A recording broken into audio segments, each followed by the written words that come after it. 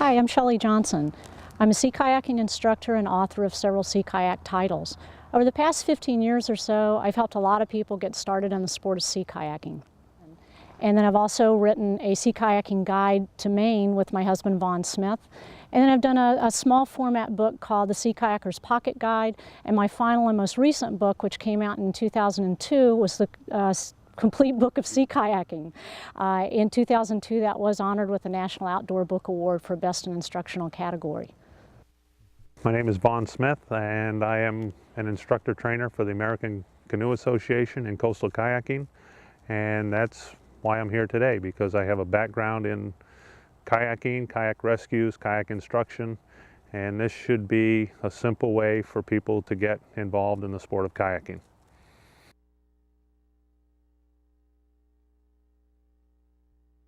One of the most valuable skills you can have as a kayaker is knowing how to re-enter your boat from the water.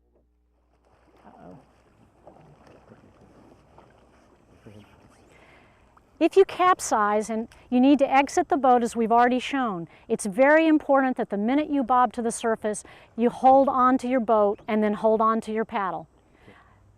While you're able to hold on to your boat, take the paddle float from the deck of your boat and put it over the paddle blade. Inflate it, and if it has two chambers, inflate both sides. It's very important that you maintain control of your boat at all times.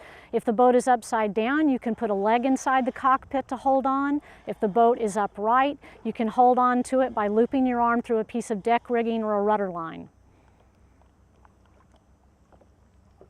Make sure that the paddle float is properly attached to the paddle. You can't take the chance on an inflated paddle float blowing away. Turn the boat upright as quickly as you can so you won't scoop a lot of water into the cockpit. Place the paddle behind the cockpit coaming and fully extend it out into the water. Instead of trying to chin up onto the boat, think of swimming up onto the deck of the boat. You can hook one leg on the paddle shaft if that helps. Stay low and work to the stern of the boat, always leaning your weight to the supported side of the boat and your paddle float. Turn towards your paddle float, which offers you support, and get seated in your cockpit.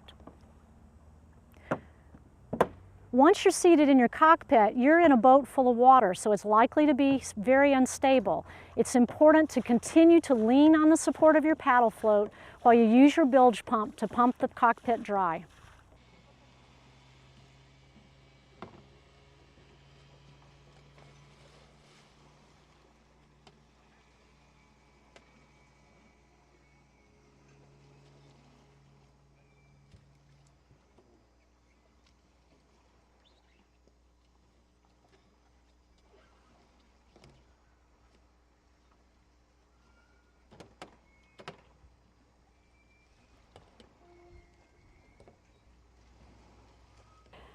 Sometimes it might be helpful to practice your solo re-entry on dry land before attempting it in the water.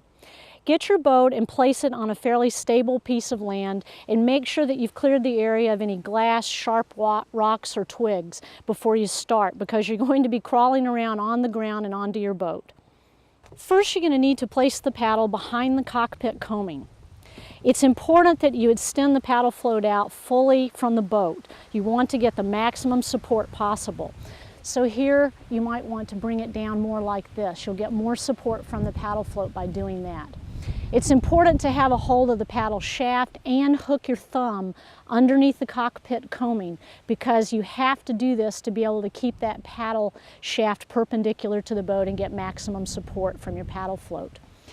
That may be awkward in real life, because your hands may be cold, you may be tired, and small hands make it even more difficult. But it is really critical that you get a good grip on that paddle shaft and hook your thumb inside the cockpit coaming.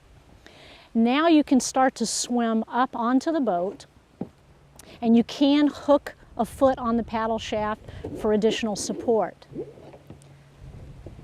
Once you're up on the boat, it's important that you stay low, keep your torso in contact with the boat, and look at the paddle float at all times. Now see how the paddle float's lifting up. At this point, if you were in the water, you probably would have recapsized. You need to slide that right hand down the shaft and lean on that paddle shaft. Look at your paddle float and lean on that paddle shaft. It's very important that you keep it perpendicular to the boat and lean on it. As you make your turn, you're going to have to be looking at that paddle float and always leaning on it. Okay, good. At this point, honestly, you probably would have gone back over if you'd done this in the water. Grab the paddle and place the paddle shaft just behind the rear cockpit coaming and fully extend that paddle float out into the water for maximum support. Your hand grip is very critical. You need to hook your thumb underneath the cockpit coaming rim to help hold that paddle shaft perpendicular to the boat. As you swim up onto the boat, you can hook a foot on the paddle shaft. That will help gain you some support for a bit of a boost up. Now, once you get your waist over the seat area, you can start to begin your turn and even hook a knee inside the cockpit area. As you make your turn, it's very important to keep the shaft perpendicular and lean on that paddle shaft because all your support is in the paddle float. You want to look at the paddle float and continue to lean hard on that paddle shaft because that float will support you. Any weight you get onto the offside will cause you to recapsize. When you make your turn, you're going to do it towards the paddle float, and you don't want to move your support until you're fully seated. Much better.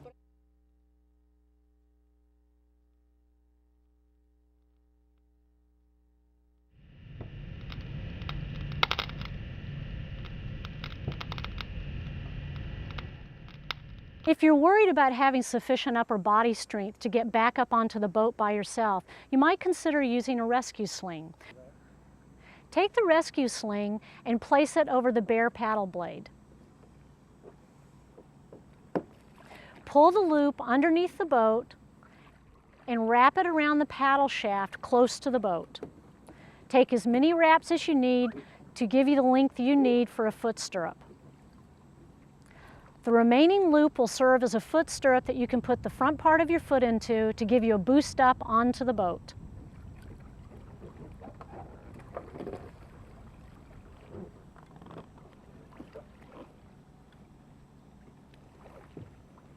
Continue to use the support of your paddle float by leaning in that direction and stay low and work yourself into the cockpit. Turn towards the paddle float until you're seated in the cockpit and continue to use the support of the inflated paddle float while you pump the cockpit dry. We'd now like to show you an assisted re-entry technique. This happens when one person capsizes and can use another kayaker to help get them back into the boat.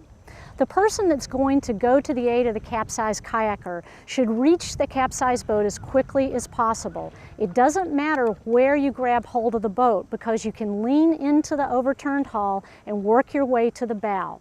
Once you're at the bow, position it so that it's perpendicular to your rescue boat. This forms a T with the overturned hull and your boat. Make sure that the person that's in the water maintains contact with their boat at all times and holds onto their paddle.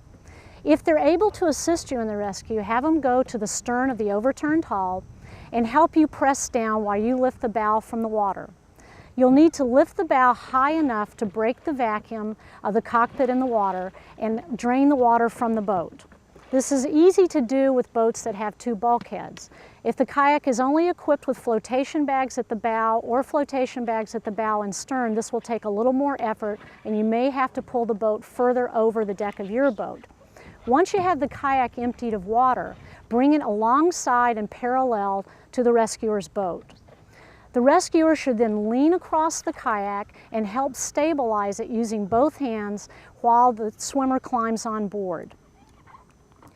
Once the swimmer is on board, you cannot lose contact with the boat. You'll need to stabilize it while that person gets comfortable in the boat and reattaches their spray skirt and then has the paddle and is ready to go on their way.